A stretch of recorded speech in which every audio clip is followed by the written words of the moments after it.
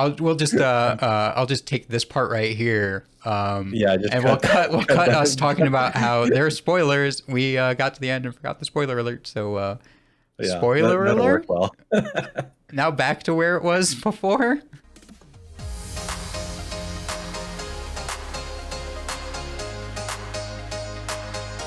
Hello, podcast listeners and anime fans. This is Torin. And this is Andrew.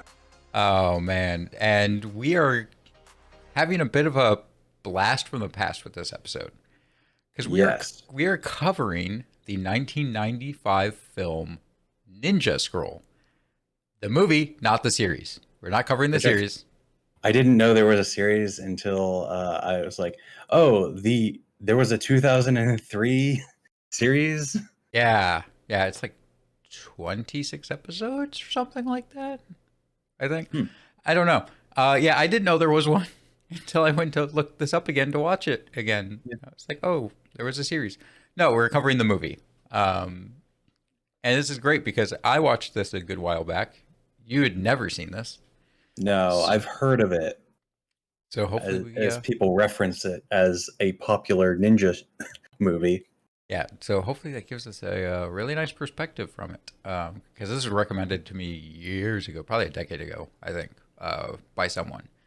And I had liked it then, so it was interesting to watch it again. I don't remember like any of it, so it was a nice rewatch.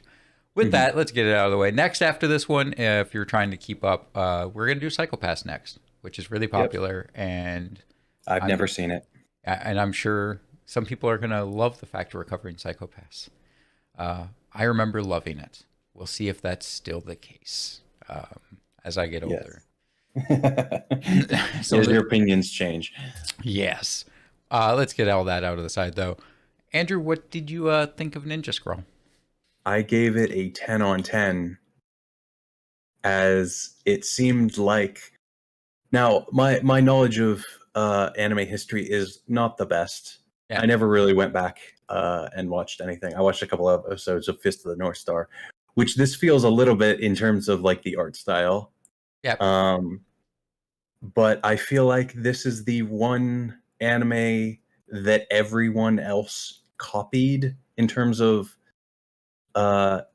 ninjas, because everyone always copies everyone else in terms of you fall in love with a show and then you become a producer or an artist or a writer and go, I want to make another one of this thing with my own spin. The slogan was basically the one ninja show that everyone else copied. Yeah. If you've got a ninja, they're going to do one of the things in this series or this movie. Yep. So as far as me, Ninja Scroll is truly a 90s wandering hero story. It is filled with intrigue, deception, supernatural powers, and plenty of ninjas. I gave it an 8 out of 10. It is a solid film. I have maybe half a page of notes because it's just I didn't have much that I felt the need to actually write a note for. But we'll get into that a bit more in a bit. For those I had trouble writing my own notes because I got so enthralled with the movie itself. Yeah, that's part of the situation I was in. Anyway, for those who don't know or haven't watched it since '95 or however long ago, it came out into the synopsis, Jubei Kibagami. Sorry, I butchered names. He wanders feudal Japan as a sword for hire. He stumbles across Kagero, the sole survivor of a ninja clan, as she is being assaulted by one of the 8 devils. Jubei helps to save Kagero, and they split ways. Jubei runs across the devil again and also meets Daquan, a spy for the shogunate. Daquan hires Jubei through devious means to help him deal with the 8 devils and figure out their plan. Kagero ends up joining the duo, and they set out to solve the mystery and stop them at all costs. That's a very overarching synopsis because a lot happens, but yet a lot doesn't. That's straight up like the first 20 minutes or something. Yeah, I mean a lot. So it's just a general synopsis because they, as I mentioned in my little thing, there's a lot of intrigue and deception in this, and that is what a decent amount of the movie is them just info dropping here and there. Like we find out the history of Jubei and like why he wanders and all that. You get this intrigue about like the different clans and why they're kind of in their situation, what they're doing. There's a lot of that happens or they mention, and in the end, though, none of it really matters because for the most part, the movie could be summed up with uh, our three guys fight those eight guys, and that's that. Yeah. See how they win because they're the heroes. Yeah.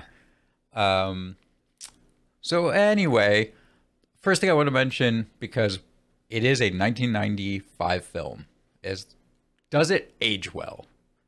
And I don't know how you feel about does it age well? So I'm I watched a lot of JoJo. So I know the art style that these were based on. Or the JoJo was based on, which was based on Fist of the North Star, giant men with chins who could cut the film they were on. Yeah.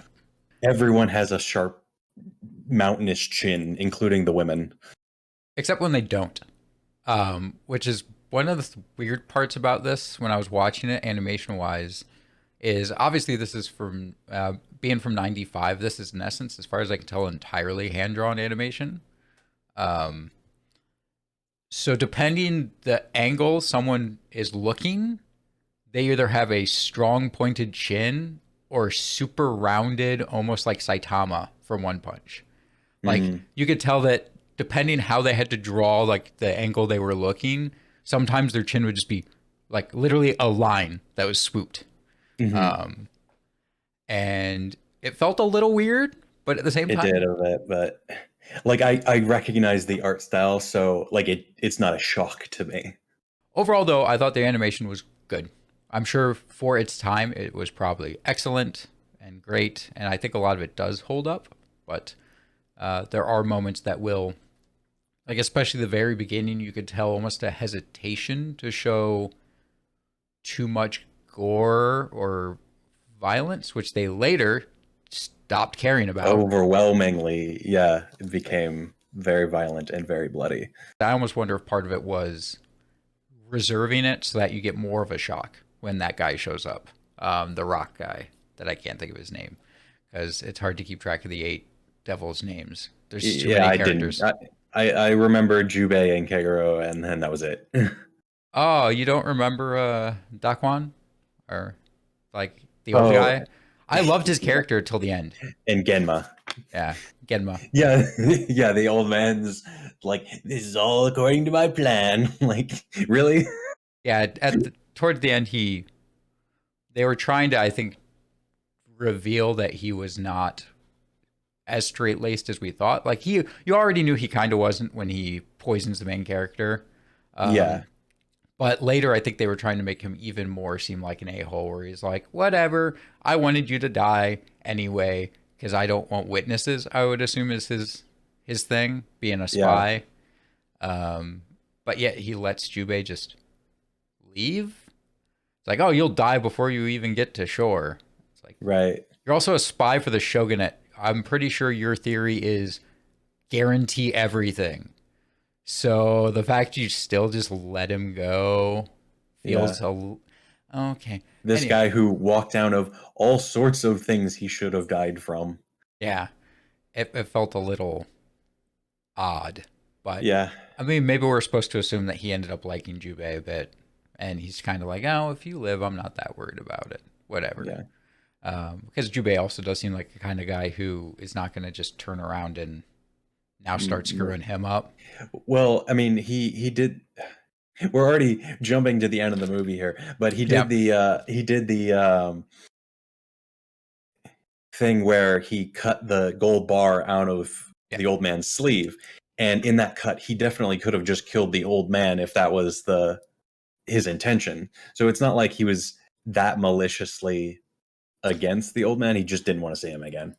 Yeah, And the old man is like, I'll let you live for not killing me. but this is also this type of movie where the assumption also would be maybe the old man knew he wasn't going to kill him and was just going to cut the sleeve and get the bar, so he just let it happen. Because that's It's literally the type of movie this is. yeah, the old man's plan. The old man's plan was to find a wandering swordsman, poison him, find a poison tester woman and ninja, and then have them both collaborate, fall in love. Uh, the woman uh, has sex with him to cure the poison I poisoned the wandering swordsman with, uh, and then dies dramatically, and then the swordsman beats the enemy on the boat. This was all part of my plan. Yep. And at the end, the swordmen die, but that Yeah, doesn't happen. yeah. So that's the one part of his plan that failed. Or did he plan for that to happen too? Yeah, no. All right, let's kind of. He never really felt like that kind of character. Yeah, he didn't. Like the fact that it was just the whole thing was my plan. It just felt like a pull. I'm pretty sure that was supposed to be, yeah, a pull. Um, all right, so as you mentioned, this seems to be probably the inspiration for a lot of uh, ninja characters from various art forms. And Mhm. part of what you're referring to is the supernatural aspect of it. So first off, strings are not strings; they're whatever you want them to be, and they magically connect to anything. They're adamantine ropes, neat Yeah, strings that never break, despite holding two people off of a cliff. that's also so. That's a nitpick. I'll save that for later. Anyway, uh, so we have the eight devils. Now, our main characters, their superpowers are just our main guy is a really good swordsman. Mhm. He's just the best swordsman. Yep. Um, the chick's main power is she's a ninja who is saturated with poison. Her body, Yes. so she's She resistant to doesn't poison. use poison really. I don't Yeah. think she ever uses poison Well, by choice. correct. I don't think we see her do it by choice because the idea she's poison ivy. For those who want to know what's up, she's poison ivy. So if she like kisses people, etc., she's so They saturated with die. poison that they get poisoned. Yes. And she's resistant to poison because poison cures poison for the main character, but the chick who's saturated in poison, when she gets poisoned, it does not neutralize her own poison. Yeah, She just, she just grows the poison back. yeah. Um, Yeah, she gets bit by a snake at one point, and it's like, oh, you'll die any second now, and then they take out her, and they're like, oh, but I'm fine with the snake bite. That didn't affect me. yeah, no, I can't be poisoned. I'm immune. Okay. So that's her power. Daquan is just a really good ninja. Like, He easily disappears, but I don't think he actually does any fighting really. He no, throws in assist kunais occasionally yeah, or shuriken. he throws kunai and shuriken here and there, but yeah, otherwise, he just seems to be really good at being a spy. So like hiding, escaping, and observing. Yeah, But yeah, he's the only person in his group that survived. I guess that's because he's so good at just running away. Because his whole team gets killed except him, which is why he wants the main character to to help. assist. Yes. I will admit, I did find a good laugh out of the him acting like a tree, like a limb on a tree. Yeah, that was some crazy nonsense. He totally went all stick bug, which was kind of hilarious. The bad ninja dude's like, oh, he ran away, Yeah, whatever, and then he's just right there. it shows him. I think implies that he was naked, Yeah, using his bony, skinny old man body to act old like a man limb. flesh to appear to be a tree branch. Okay, it was kind of cool though. It was a nifty concept. Mhm. So for the most part, he just avoids stuff. So the big thing, the most of the supernatural aspect comes from the eight devils. The first guy we run into can apparently turn his skin to stone or stone-like Yes. state. Um, so that's pretty cool. And he throws a giant double-sided like blade that is Apparently has returning it's a straight blade, but it spins and can go for like 500 feet and then returns itself. yeah, it's a giant boomerang. That's a straight blade that Yeah. can like be thrown and go through trees and so many bodies and not lose momentum. Yeah. Um, Supernatural stuff, yay! Yeah. I will say the only thing from like modern era that seems to be inspired by this is the concept of like stone skin, Yeah. which Like I said, they all have at least a basic idea of a thing that people use in more modern era of like, I can toughen my body to take no damage. yeah, just look at my hero who has two of them Yeah. that use this exact idea. I with that being said, everyone, we're not saying that for sure everything copied this or is inspired by this. I am sure a lot of this from Ninja Scroll is probably inspired by Japanese like mythology, lore, whatever. Yeah. We're not necessarily saying that this thing like started any of these things, but it Right. definitely We feels just don't have the history lesson of where Ninja Scroll got their ideas. yeah. It's the first one I know of that has pulled a lot of these together Hmm. into like an action movie. So that guy was interesting. He gets beat by poison, in essence. Yes.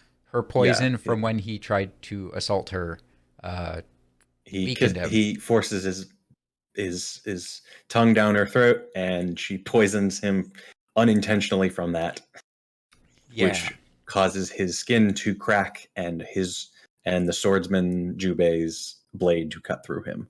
Yes. Um, it is clever. I mean, the first time that he encounters him, he hits him in the eye to kind of Mhm. avoid the whole stone skin thing. He's like, "Oh, you're not hard everywhere, or I doubt you're hard everywhere," and then like Right. hits him in the eye. I. It's a nifty way to defeat him. Part of me is like, I wish it was more clever, but then it works well for the story to kind of you don't know her power. And the old guy, when he's observing Jubei, is kind of like, oh, you didn't beat him alone. And it is Right. kind of an unfolding of information that is intriguing as the watcher. You're like, okay, who helped him? Like, Right. did the old guy do something? Um, you eventually find out that it was her poison. Um, so it's like, I kind of wish it was more clever, but at the same time, it works for the narrative of like Mhm. trying to unfold this information. The second one we see Is the is woman with snake tattoos. yes. So she She has attacks Jubei while he's bathing. that. So she apparently controls snakes, but Yes. she can call them from seemingly anywhere. She can Yeah. have them be on her body as tattoos. Yeah. Apparently. She can have them come out of places in her body to attack people, as we found out later. Yeah. Groin snake. Yeah, green snake. This character is one of them where I was, I think, the most disappointed with how it was resolved. Um, so she seemingly uh, is not liked by Genma, who's in charge of the leader of the Eight Devils. Right. She is not liked by him because she is sleeping with the. Wait, no. Sorry, she's not No. liked by what's his name? That's the leader of the Eight Devils because she's sleeping with Genma, and that guy has a thing for Genma, Yeah. right? Yeah. Yeah, I think she's sleeping with multiple people, and she's trying to sleep with the lightning wire guy, and he's putting her advances away. no, that's the fire chick.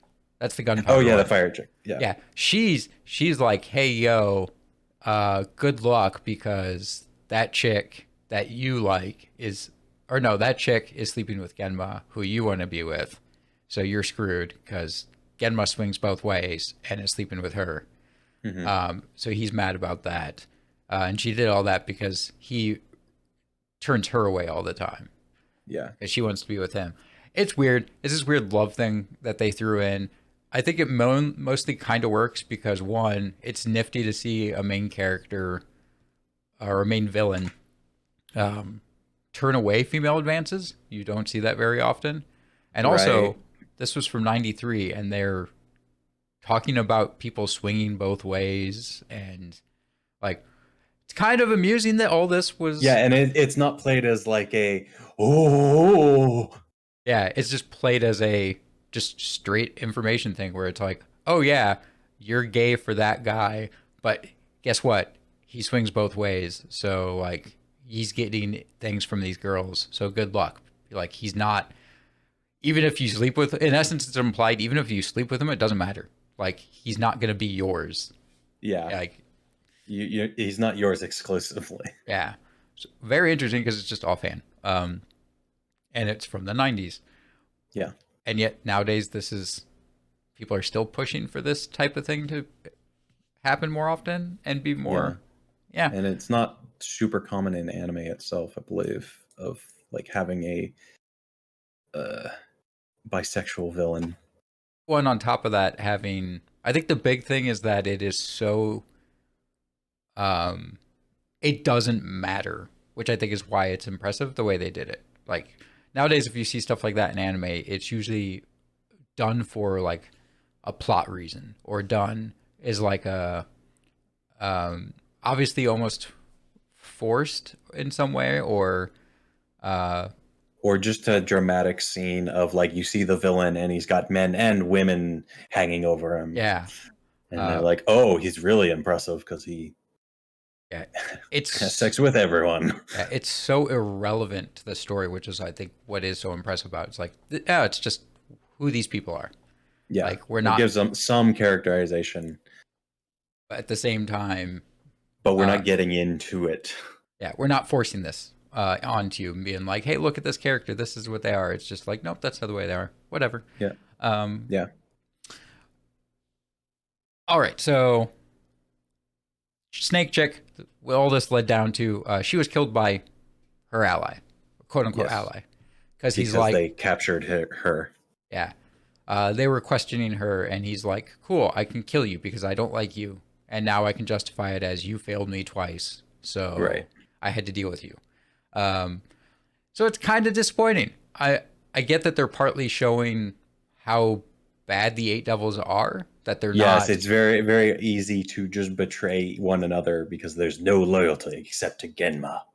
I don't even know if there's loyalty to Genma. I think it's just straight up, they're all independent. Like they're working together, but they're not together. Yeah, I think is part of the idea. Uh, and also, it's supposed to build up this guy that's leading the Eight Devils, or like the head of the Eight Devils. I guess is supposed to also show that he's a badass. He's like, I snuck an extra string on your neck and you didn't even notice, so you're an idiot. Like you should die. You're an amateur. hmm Uh, right. it's like the fact I pulled one over on you shows how bad of a person you were to begin with.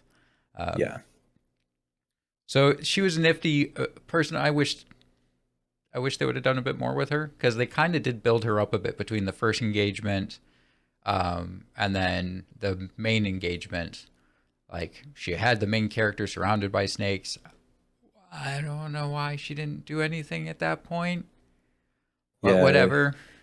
Like I guess she wanted to question him, um, and then she just easily dies. All right, yes. next person they moved on to, I think after that was it the other chick or the ninja guy? The So ninja guy shows up to fight the old man, and that's where he turns into a tree. And then the ninja guy leaves, yeah, and they move on to the uh, explosion. And wait, was it the bee guy next? the wasp guy was probably the most supernatural of all of them, Yes, which is as weird a because disgusting. First of all, he's an ugly person with a hunchback. yes, but he has a hunchback because it's a wasp nest Yeah, that's on his back. yeah, but he's not. He was ugly before that. But So I don't know if he just they were like, oh, he's an ugly person, and because he was ugly with a hunchback, he felt no pain when the bees turned his back into a nest. I don't know. It's hard to say whether the hunch is the nest or if he was a hunchback that then it became a Yeah, nest. Doesn't matter either way. So the yeah, concept is that he apparently works with wasps. He can communicate with them and then control them, and they live in his back. yes. Really, nothing else past that that's unique about him. He's an okay ninja. Uh, he can fight decently with his trident with 2 points. I don't know what they're called. It's a Japanese weapon. Mm, I don't remember what okay. they're called, but it's a trident with only the outer points, no center point. Was Uh, it a curved thing? I don't know what it's yeah, called, but I thought it was a capturing weapon. it is. I don't remember what they're called. But he fights with one of those, and he's a decent fighter. Now, this is probably the most unique way he defeated one of the devils. I was actually impressed by this one. They did feel the need to explain it to us, which did Right. ruin it a bit.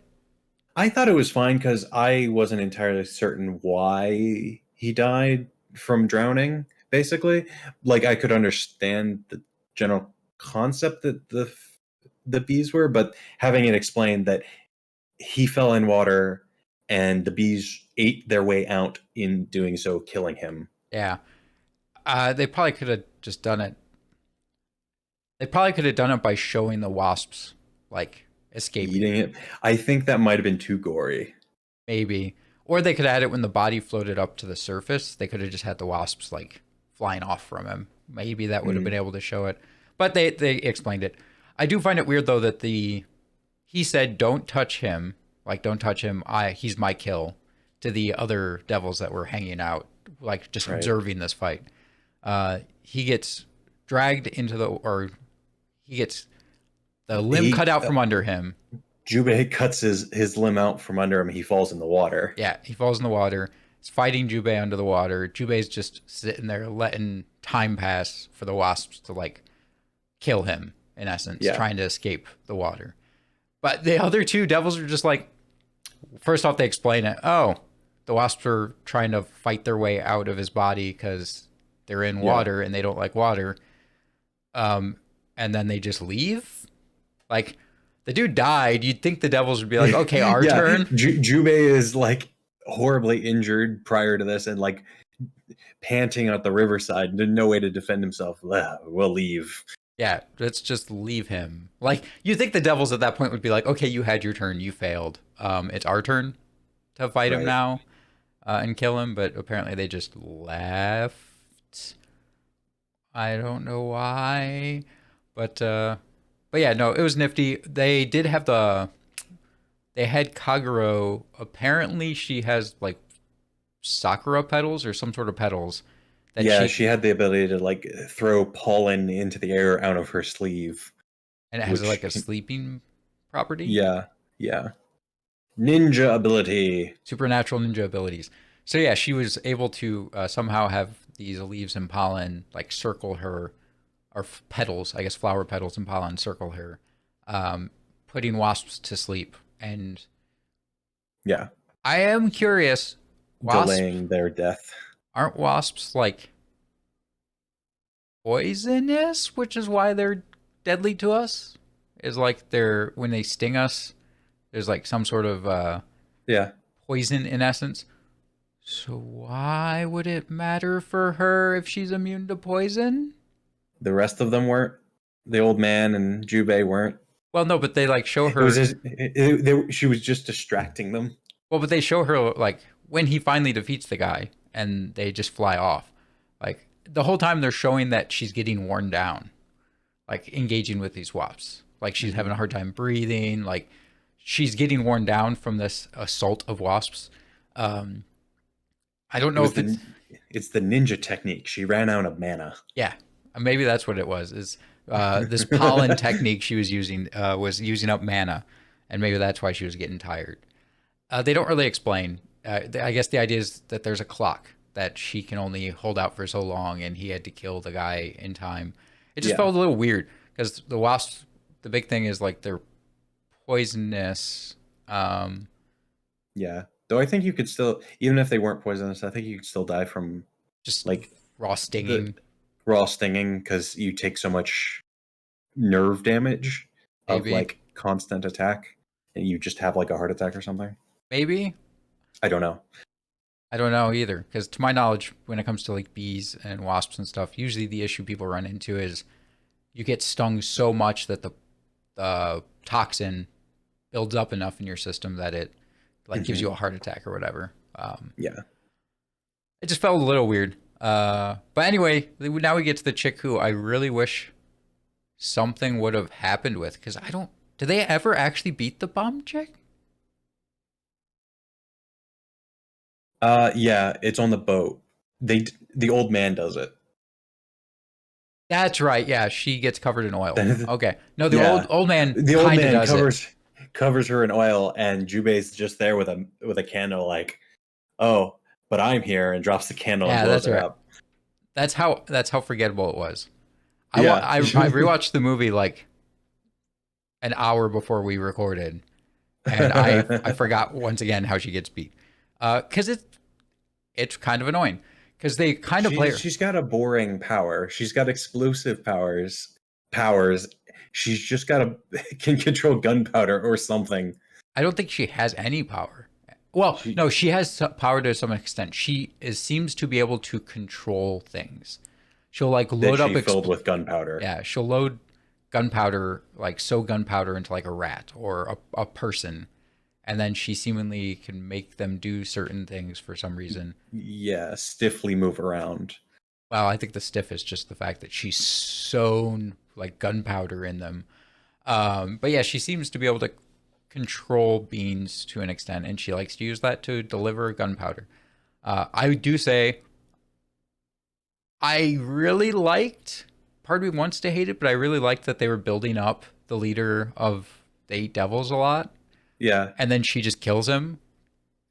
right. As another betrayal of the eight demons, Yeah, they're like, she kills him because he won't sleep with her. yeah, I did like that, and it is funny because it's a callback. She kills him in the same concept of how he killed the other Snake chick, lady. Snake Yeah, Lady, where she's like, he walked into my trap. He let himself die to it.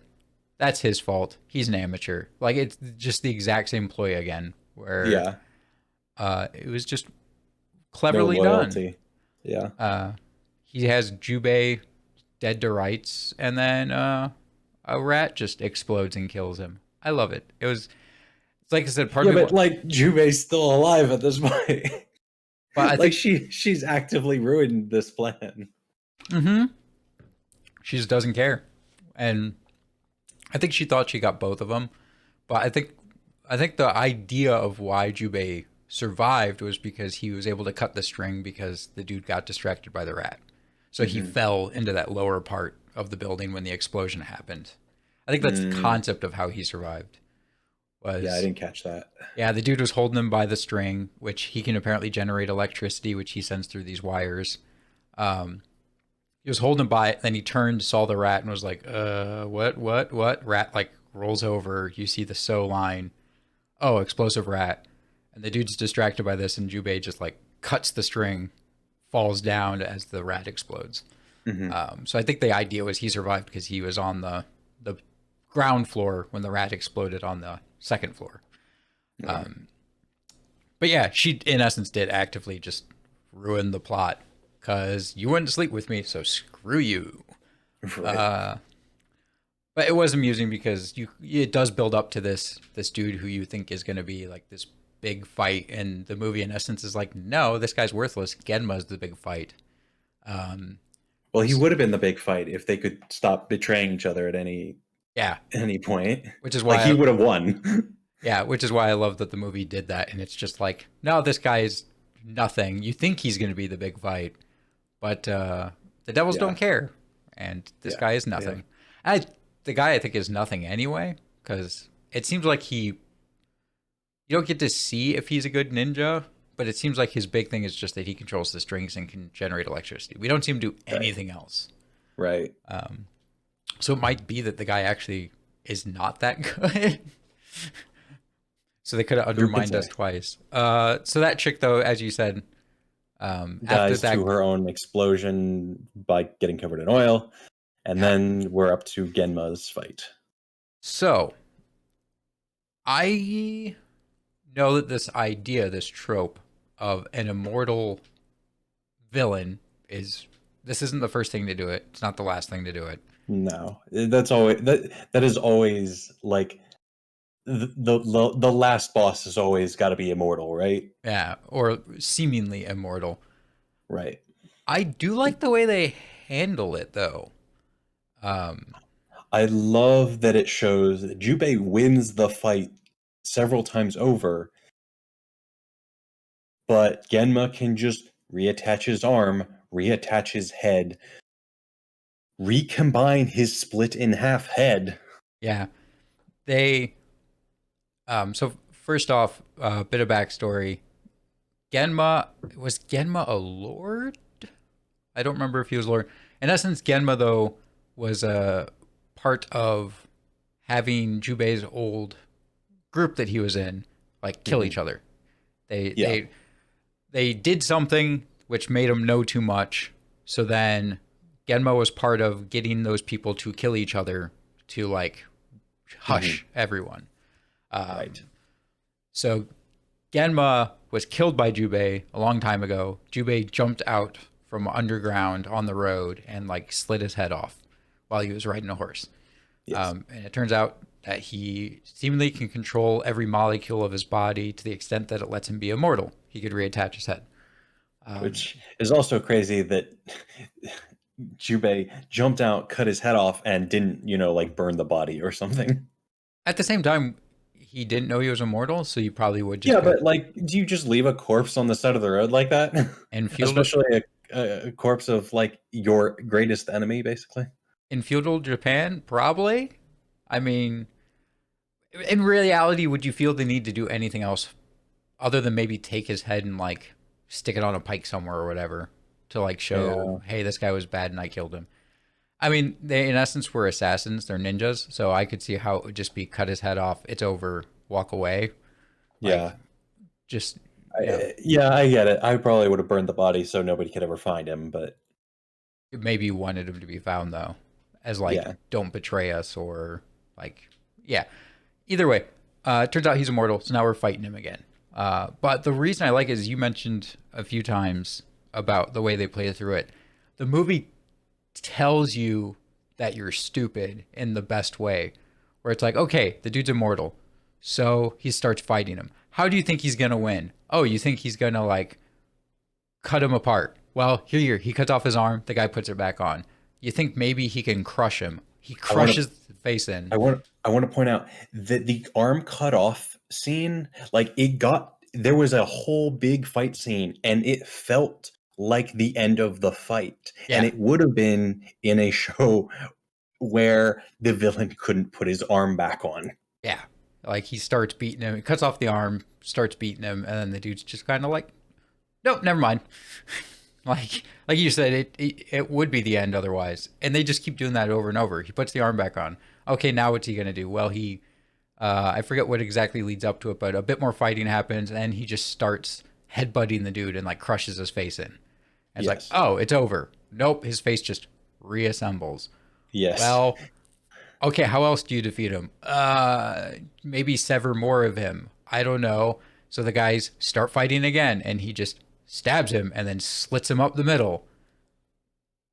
It'd be over, but no, it's not. Okay, he's immortal, so like burn him. They fight a bit more.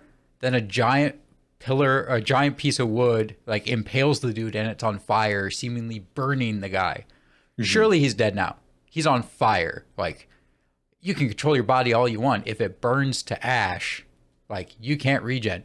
Nope, the dude just gets back up with a giant pillar sticking out of him. Mhm. Like over and over, the movie's like, this is how you think he can beat an immortal enemy. He tries it, it fails. Like, move on to the next thing. Mhm. And the way they finish it, like I said, Is is a pure I sense of retribution. The whole movie was about this gold that they had pulled out of a mine, and they put on this boat. Uh, the Genma dies by having him. I would point out this is stupid. The gold that was liquefied by the fire Yeah. that washes over Genma and then drops him into the ocean. Yeah. So he wins by happenstance. Yes. Which is kind of fitting of how you beat an immortal being. It's like literally there was nothing he could do. He was going to lose the fight. Yes. It was very obvious he was going to lose the fight until randomly enough gold washed over him to cover Genma entirely, and then reformed in the ocean, or like solidified in the ocean, and then dropped him to the bottom. Yes. So he didn't win, but he won. Because Yes. Genma's not dead. No. He's trapped. Though I don't know if you can control every molecule of your body. I don't know if you can get enough oxygen to live at the bottom of the ocean though. Well, but if his body... Do you understand how to make gills? Well, but the thing is, why does drowning kill you? Like, your cells can't function without oxygen, so they die. But if he can control the molecules of his body to prevent cells from dying, he would just nonstop regenerate himself underwater forever. It's a matter, we don't know how much control he has over these molecules. Does he need to expend energy to do the regenerating, to where he would have to continue to eat or whatever to like create energy? Or can he just in essence will them to not die? In which case, yeah, he'll just be stuck on the bottom of the ocean, trapped in gold for a long time. Yeah, until somebody pulls him up, probably. Which will probably happen. Or he gets washed ashore at some point. Yeah, that ship is not that far out into the ocean. And if a government found out that there was a shipment of gold at the bottom of the ocean, like just like a couple hundred feet outside, they would probably send some divers out there to see if they could find anything. Yeah, they know it's there, so yeah, free gold. Free gold. Just don't take the gold statue. Leave that. Yeah, just leave that. Take the rest of the gold. Don't take the gold statue.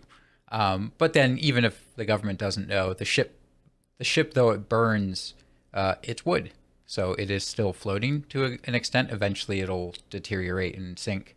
But that means random people could probably also see it, and then potentially go out there searching for whatever it was carrying. Mm-hmm. So yeah, it might eventually get there. But it was nice to see them escalate it and be like, how do you think he's going to beat him? Well, we're going to show that fail. And it just keeps doing that to the point where it's like, okay, he literally can't win.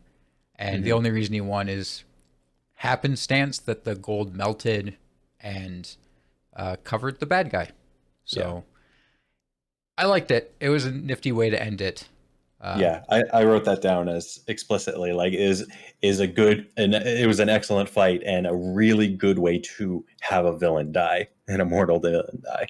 Yeah, because I think most media goes the route of trying to explain why they're immortal, like as some form of regeneration or whatever, and then beating that regeneration in some way. Yeah, whether that be a core that you have to defeat because the body itself doesn't matter, or whether it's you have to kill every single cell all at once, so like you explode him or burn him or whatever.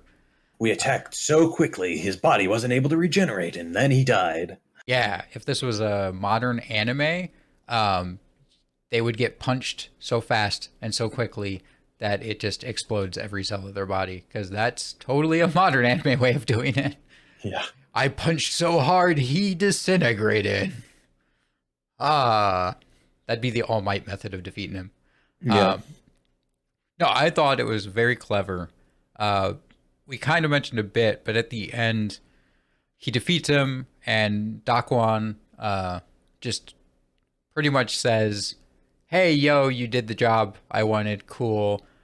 He had been bugging him the entire time, where he told he told Kagura that, hey, if you sleep with him, your poison will neutralize his poison, and he'll be saved because he only had a day and a half to live when Dakwon poisoned him. Yes. Um, This is prior to the boat fight that they yeah, resolved this.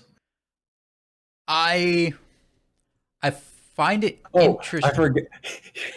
I just realized we forgot the fight where they this whole section where they fight the ninja. Yeah, I was partially getting to that. First off, I do find it funny how he beat the ninja. It totally shows what kind of ninja that guy was, Hmm. where he apparently can control people as well through certain means. Has her fight the main guy, but I love Yeah. how he throws out his claw to like grab his sword.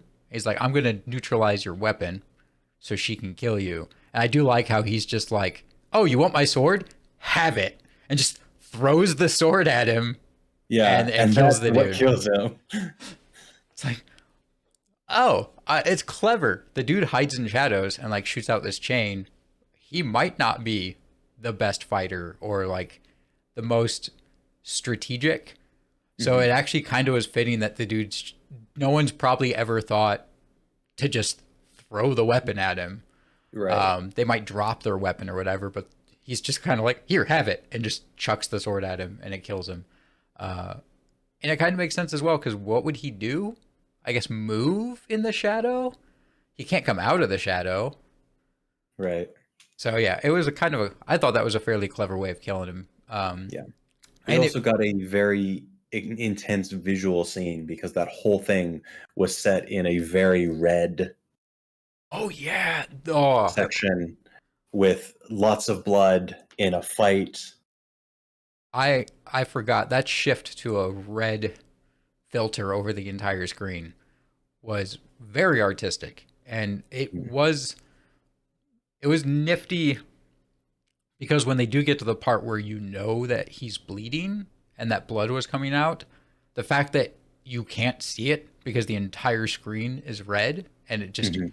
totally blends in really adds a weird visceral feel to the whole experience, where it's like even blood doesn't matter in this situation. Like it's Yeah. just it's Everything matters is the shadows and the expressions on people's faces. yeah, And then immediately following that, Jubei passes out and wakes up in a extremely blue scene yeah. with Kagura confessing the sex can solve your poison issue. Which is it so part of why I found I was leading up to talking about this, found it intriguing to me, is because I think this entire thing, though it is supposed to be a it's supposed to be a look at the character of Kagura and Jubei and this idea of like their morals and their viewpoints, like in this weird stressful situation of like she in essence is realizing that she likes him and Mhm. he seemingly likes her but not at the same time, which is why in most modern stuff they would just have it be, oh, I love you too type situation, or I refuse to accept this. In this one it's more of the, you think that he has a feeling for her but it's not his concern. Like he's just not worrying about it. He's just like, Mhm. this is not at all on my plate, I'm just gonna ignore it. But Yeah, this, we're dealing with the Genma situation first, and then we can figure everything else yeah. out, sort of thing. And even when it's like, hey, I can literally cure your poison, he's like, don't care. I want to kill Genma. And if I die in the process, that's fine. I'll deal with that later. But what I was getting at is this scene, though it is all this at the same time, I think it also tells you a lot about Dakwon. Because she doesn't have to sleep with him. But they ignore that and they don't even think about that. Because the entire time it's like a kiss from her is so deadly that it would kill. Which means, It kills his poison. They have the dramatic scene where she kisses him while she's dying. yeah. So that's a lot about Daquan that he's like, you have to sleep with him. Like she doesn't, and No, he's seemingly. Dokwan was being a pervert and being like, make them. I part of me wonders if it's. I think they're playing it as it's partially him being a pervert, but I think part of it is him just screwing with them. Like he Mhm. wants to play with them like they're toys and like pawns in his thing. So I Yeah, think he's just trying to be like, you two, I'm gonna make you two hook up because make I you two can. kiss. Make the two dolls kiss. Yeah, because he tells her like you have to sleep with him, even though in reality she just probably needs to give him a bit of mucus or kiss him. And then later, I'm wondering now. Now I'm wondering if the poison she had, if they had actually slept together, if her poison would have overwhelmed the poison and gone on to double poison him. Like it overwhelmed the poison Jubei was infected with, and then proceeded to poison him again over it. it would totally be something that he would do. And that's why I love it so much because though this entire thing is kind of about those two, it has that undertone of Daquan and you learning more about him because he pushed her to do this, and then after the fact, he's poking Jubei and is like, "You slept with her, didn't you? You slept with her, didn't you?" Like just seemingly like poking him and being like, "Yes, like you're my doll and you're gonna do what I say." Hmm. And meanwhile, Jubei's just like, "It's not your concern. Like screw you. This has nothing to do with you." He never confirms or denies it, Yeah, which which just leads Dakwa to believe that he was right. yeah, but he was wrong, which is great. Because Hmm. I think he brings it up at least twice, if not three times, about like, did you sleep with her or you slept with her, didn't you? Yeah. And he never gets the answer, which makes you wonder once again at the very end when he's like, you won't get to shore. Does he know? He seemingly doesn't know for sure whether the poison is still killing him. So I wonder if that was also part of why he just like lets him go. Is he? I wonder if he also thinks, oh, I don't think he actually kissed her or anything, so he'll just die by my poison anyway. He'll either I think this was a double or like several layers of plan. He either won't make it to shore because he's weak from the fight. He won't make it to shore because he's poisoned from my poison originally. He's poisoned because he had sex with her and poisoned from her. Yeah, and all of it's not the case. All of Which, it's not the case. She kissed him, which neutralized his poison, but didn't overwhelm him, yeah, and he it's was able to survive because he's a badass. yeah. Um, Man, you see him. I one of the things I also enjoy about this, it's just crazy that this is such an old story, yet it did so much well. Now, with that being said, is this thing amazing? No, I like it.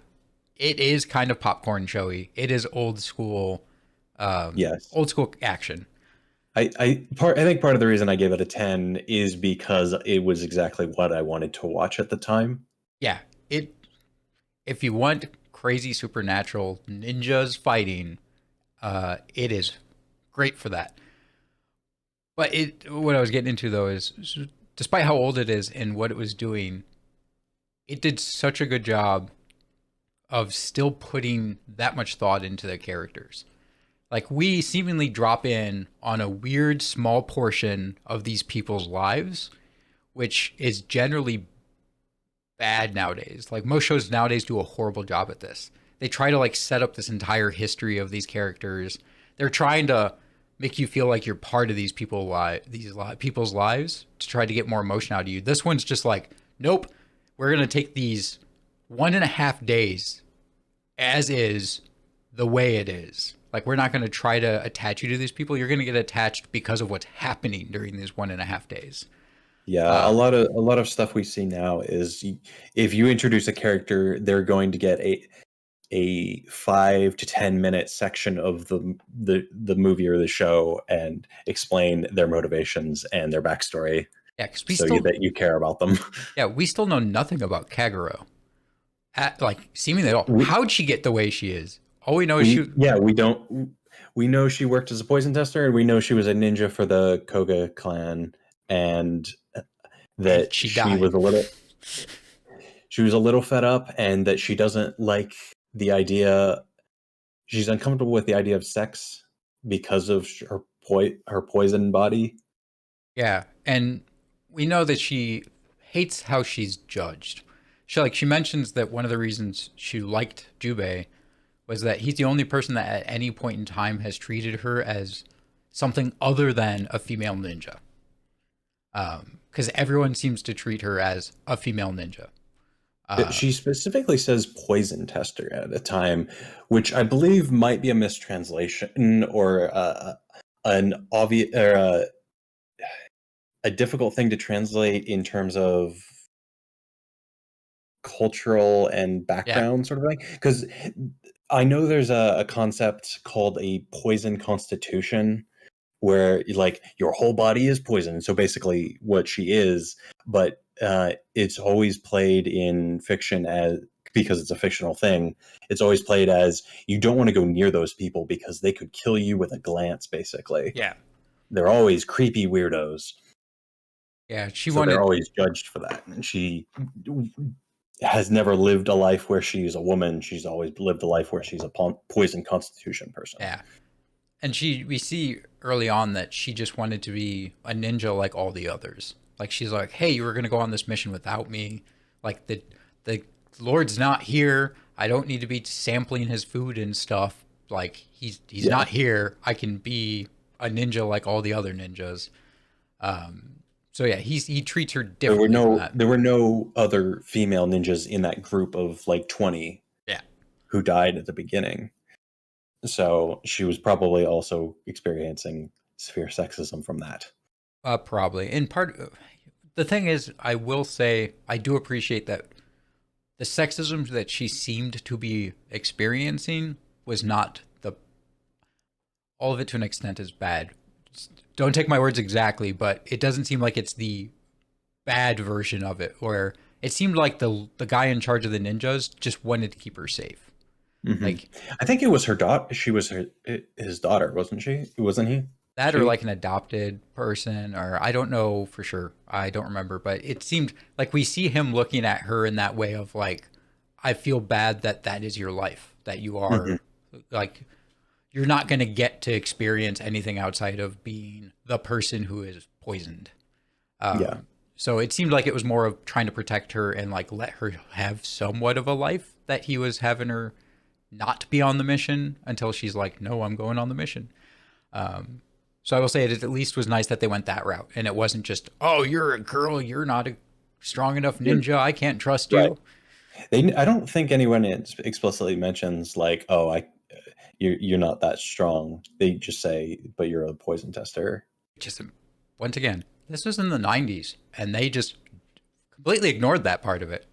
Yeah. Like they didn't try to, yeah, play her off as not being bad. And the same later when it is sad that she had to die under the trope. She had to die to make the main character like get serious enough to do his thing. Kind of annoying. With that being Yeah. said, they played it off the best way possible, where her death was not purely that. Like they showed her as, or her character was not purely you're going to die to make the main character get serious. Because leading up to that, those two I kept did. saving each other. Like Yes. I didn't see her dying prior. It didn't seem like she was going to die. yeah, she seemed like she was fully competent, good at what she does. She saved him a few times. He saved her a few times.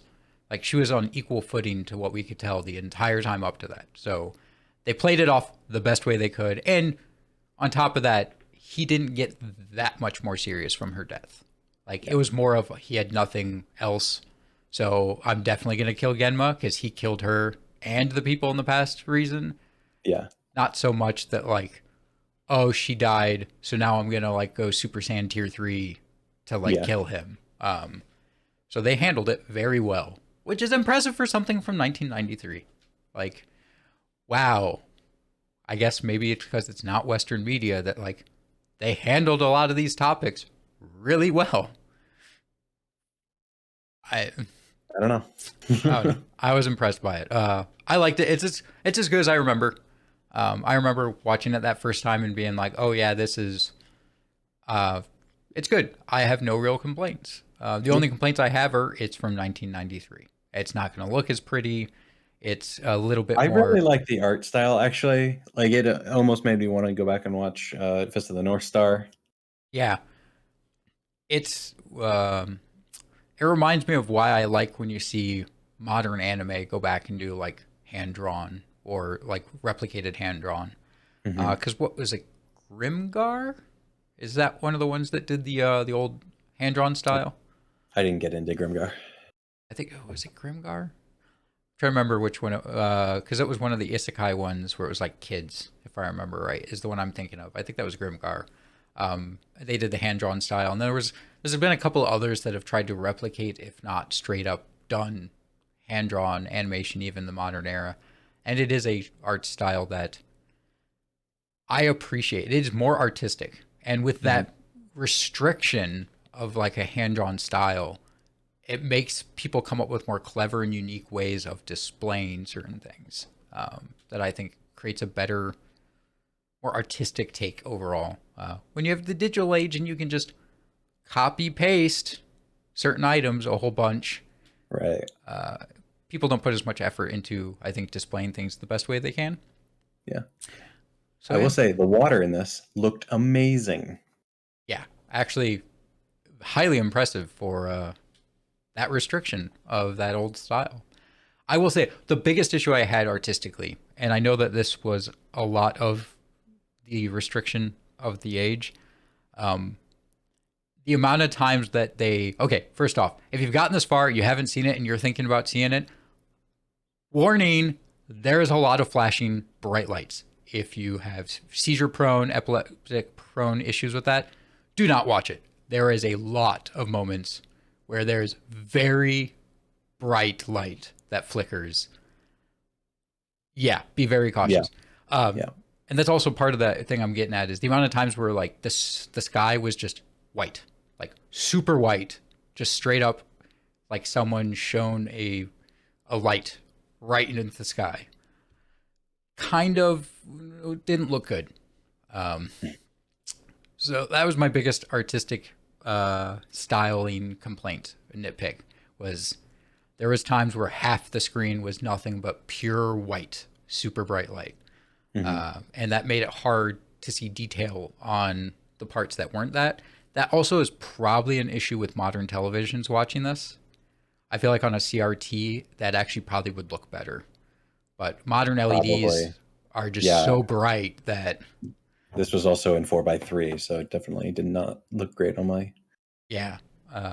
So I kind of wish I had a CRT floating around because I would love to rewatch it on that and see if that coloration looks better. LEDs I think are just too bright for that Mhm. sky. I don't know if you had any other like nitpicks, hit picks. I have a few things I do want to mention nitpick wise. We totally forgot about the blind guy. Oh, because there's just It was just like a 10-minute scene of the fight, but whatever. the big problem with that fight is it had nothing to do with the guy himself. Which I will say, actually, a decent amount of the Devils kind of were that, where it had nothing to do with them, as much as to do with what else was going on. His entire fight was just more of a fight between Jubei and Kagera, where he's like, "Yo, stop being part of this. You're gonna die." And she's like, "Nope, I'm still gonna fight next to you and help you." So the blind man fight was purely a fight between those two, not so much the blind guy. Right. Um, Yeah. It was more a declaration of I'm going to assist you more than anything else. so I think that's part of why we totally just forgot it because it literally had nothing to do with him. And Yeah. Though he did personify the trope of a blind swordsman being really strong because he's using his other senses. yeah, his hearing is so powerful that it doesn't matter. And they did use the trope of blind guy fight in a bamboo forest. Yeah. Like, Yeah. aha, That straight up is the trope. yeah, blind swordsman in a bamboo forest because then you can cut the bamboo and it falls and makes noise, or the leaves fall and make noise, and it doesn't matter because But he's so good he can hear through it. you're right. Yeah. Uh, but once again, I don't know that our main character. I think only out of the eight devils, Jubei, I think, only technically beats two of them. Like, I think pretty much all of them are better than him. He kills the claw ninja guy. Like, he straight up just beats that guy. Throws his Yeah. sword at him, easily kills Yep. him. He and even before that, he cuts off his leg when they're doing the when he attacks them in the woods. The claw dude does the ninja shadow clone like Yeah. thing. And it doesn't matter because he just slices through all the clones and the real one in one swing. Yep. But he beats that guy. And he technically beats the bomb girl by dropping the flame. We didn't mention that That was 50% old assist. man. It It was was an 50% assist. him. We forgot to mention that the old man was going to put the candle to the oil, but she Yes. blew out. She cut the wick slash blew out the candle, Hmm. and that's when our main character's like, "I'm here too." Pff, drop candle. Yeah. But he kind of technically beats her. I think most of the fights he wins because of an assist or something else Yeah. happening that he just happens to win, I don't think anybody particularly wins a fight by themselves. which is once again kind of a relief that like as he's getting in these Yeah. engagements, you're not like, oh, he's just gonna win. It's like, okay, how is he gonna win? Like, So now that I think about it, if they're doing they win all the fights with assists from other people, that's why they won, because none of the villains work together. yeah, yeah. I mean, two of the villains get beat by other villains. It's like you could kind of argue they beat the Snake Lady, but they really didn't. He Like, beats the Wasp Man by himself, kind of, but that's only because she's distracting the major portion of the Wasps. well, and on top of that, does he really? The Wasps kill the guy, so he just kind Yeah, of put him in a circumstance for where him he to, would die from being eaten. I would give that as his victory, because yeah, he wouldn't have fallen in the water otherwise. but that's two. Because, like, I don't know that like we said, the bomb chick kind of was an assist then. So, Yeah, like, he Bomb straight Chick was up, an assist. so he straight up beat the Wasp guy and the Ninja guy. So, 2 out of 8. Yeah. 2 out of 8 lost to other devils. So, half of them, like, yeah, it's kind of impressive. Once again, kind of clever. And you don't see that nowadays. Yeah. Nowadays, it Yeah, would just be, most of the main characters can one-on-one an enemy and win, and if is they, the general trope now. Now, and if they can't, they scream harder and eventually can. Um, right.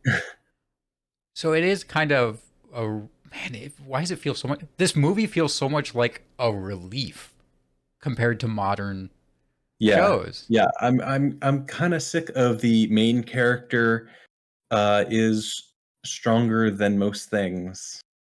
Like, nobody works together. They're always like, let's pair off against one of the villains each.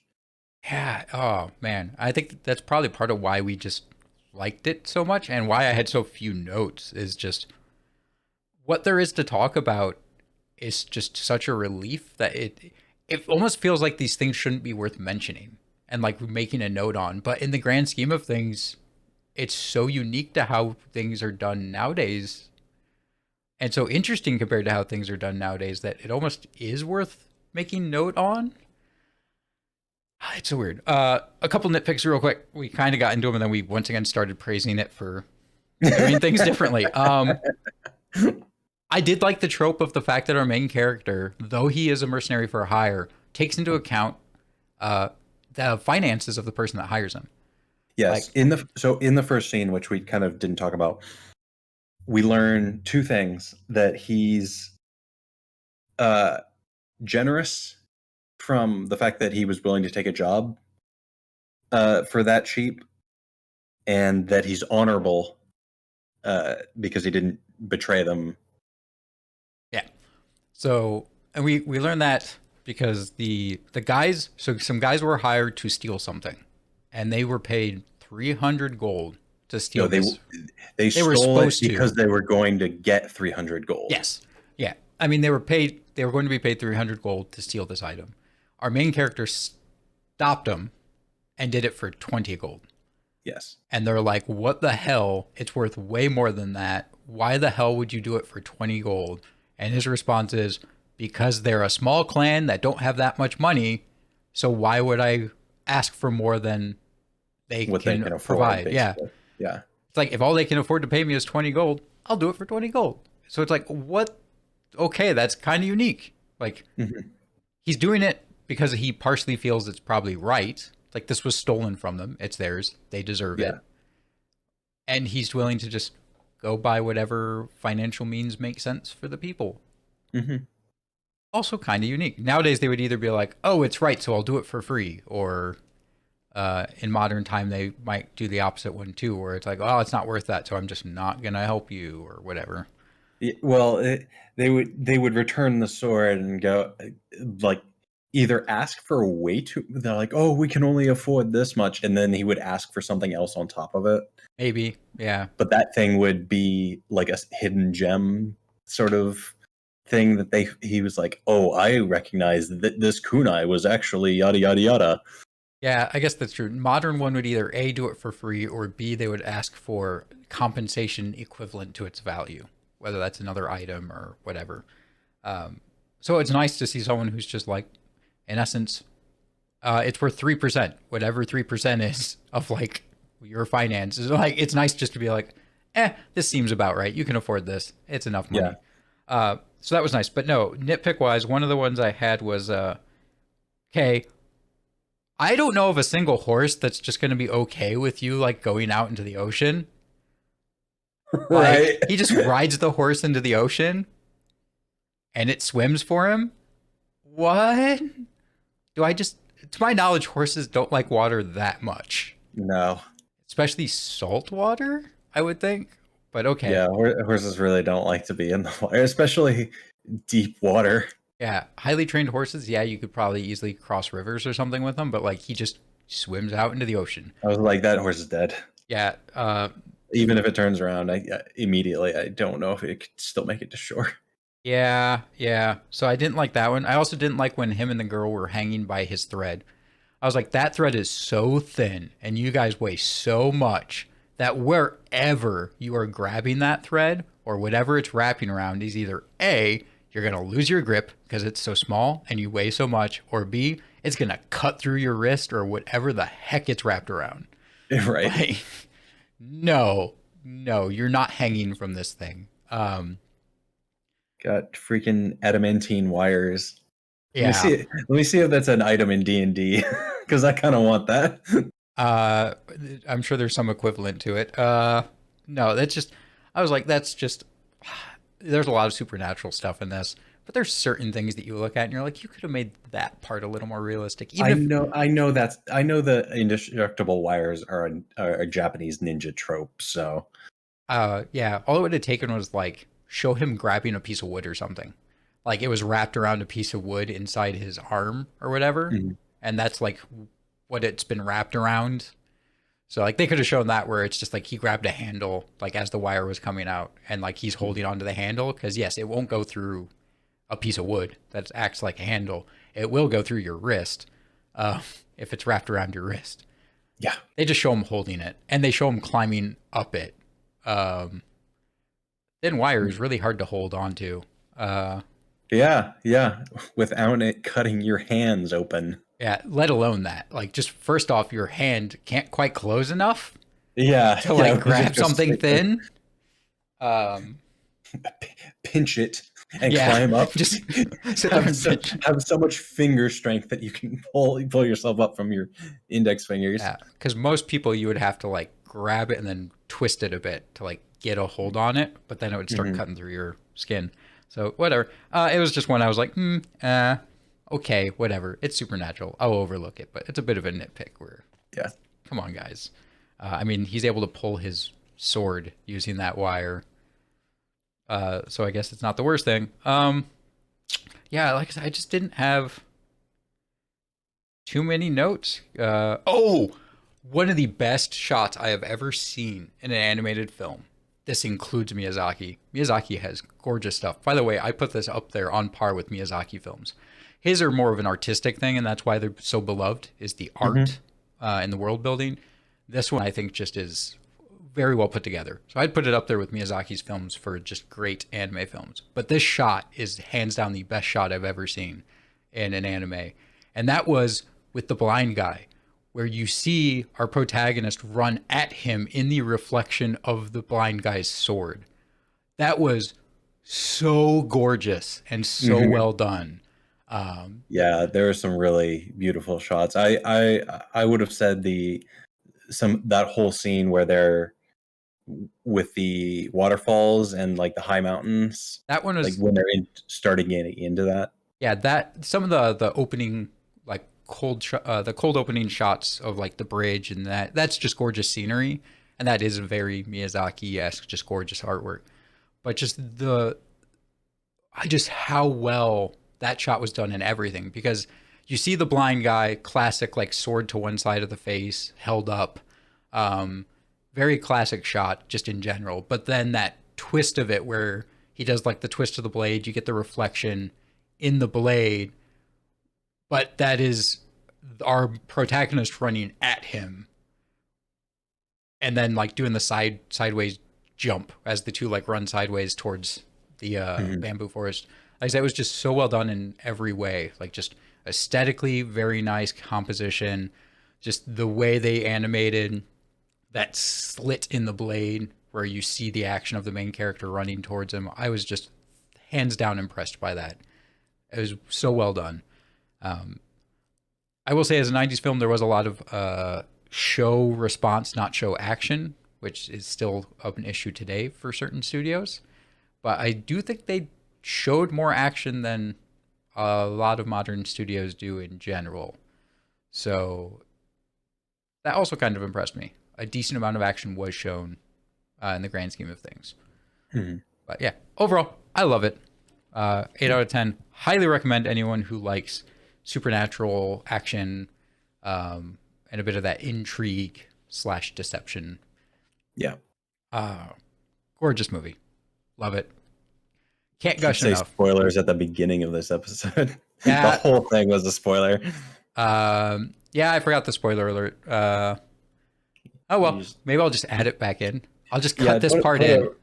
I was gonna say put a scrolling thing of like spoilers at the bottom when we start the episode. That works great for the YouTube viewers, but not the podcast viewers, listeners. Oh yeah, that's true. I'll just take this part right here. Yeah, just and we'll cut us talking about how there are spoilers. We got to the end and forgot the spoiler alert. So Yeah, spoiler that'll alert. work well. Now back to where it was before. Ooh. Oh well. No, I loved it. People, feel free to recommend other old movies, old shows. I know we have a few on our list. Some of them I mentioned earlier, stuff like Trigun. I would love to get Andrew to watch Trigun. Yep, I still haven't seen Trigun. I absolutely adore Rurouni Kenshin, but there's 96 episodes, so we probably will never cover that. Recommend things. We've been getting a couple of recommendations of shows. Keep it up. Would love for you to tell us what to do. animedigression@gmail.com. You can email us, or at animedigression on Twitter. Make recommendations. With that, thank you all so much for listening, and hope to see you at the next one. Bye. Bye-bye.